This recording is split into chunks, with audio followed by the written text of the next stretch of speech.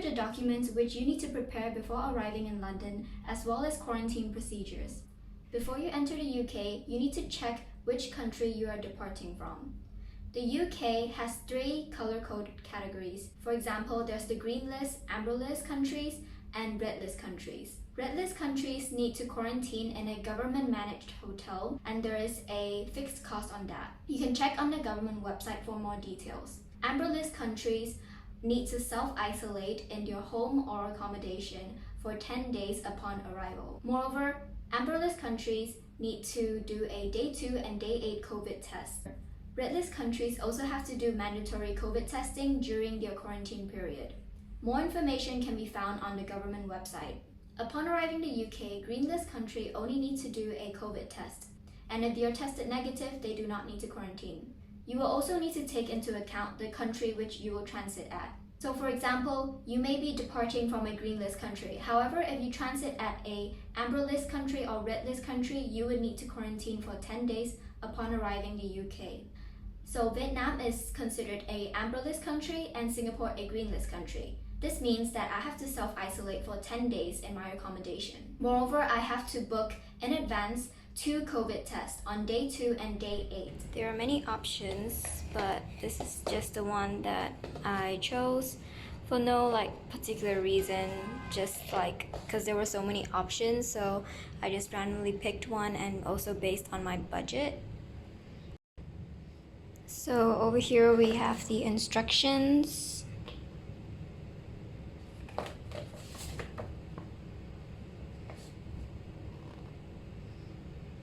And what we have inside the box is a nasal swab for your throat or nasal, and a sample tube containing liquid, security seal to seal the box when you're done, and a clear plastic bag to put in the test.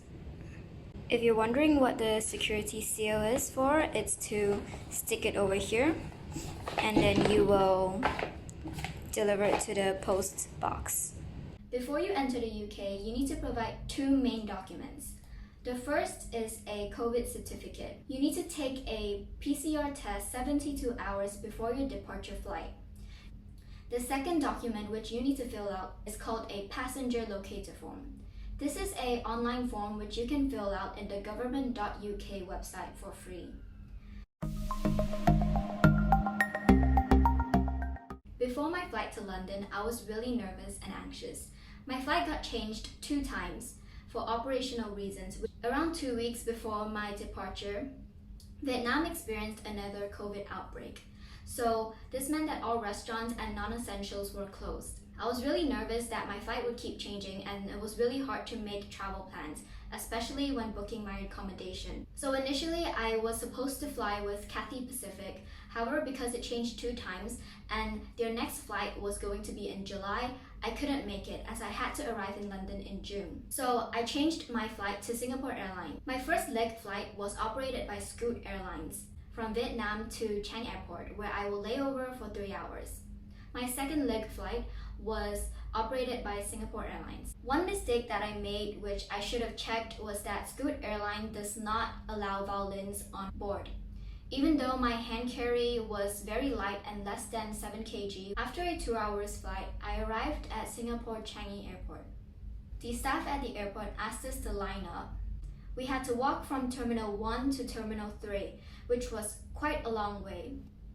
My layover time was around 3 hours. My flight was delayed for about 1 hour. The flight from Singapore to London was actually quite crowded. There were many people.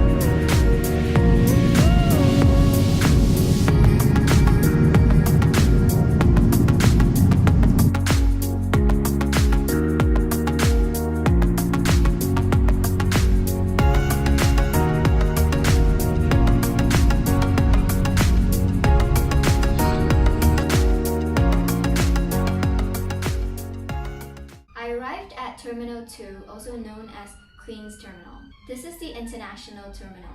When I arrived in London, I passed through the immigration check. They will check your visa, passenger locator form, and COVID-19 test certificate.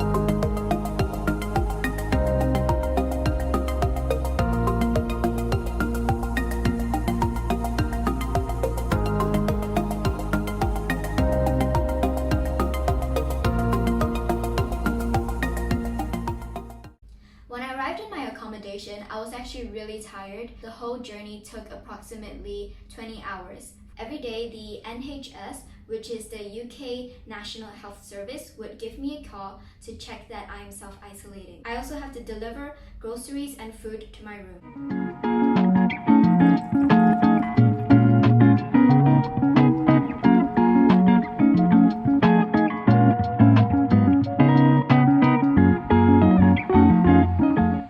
This is my journey to the UK. It has been quite a ride because there were many uncertainties in light of COVID. Nevertheless, I'm grateful that I arrived safely and I'm excited to begin a new chapter.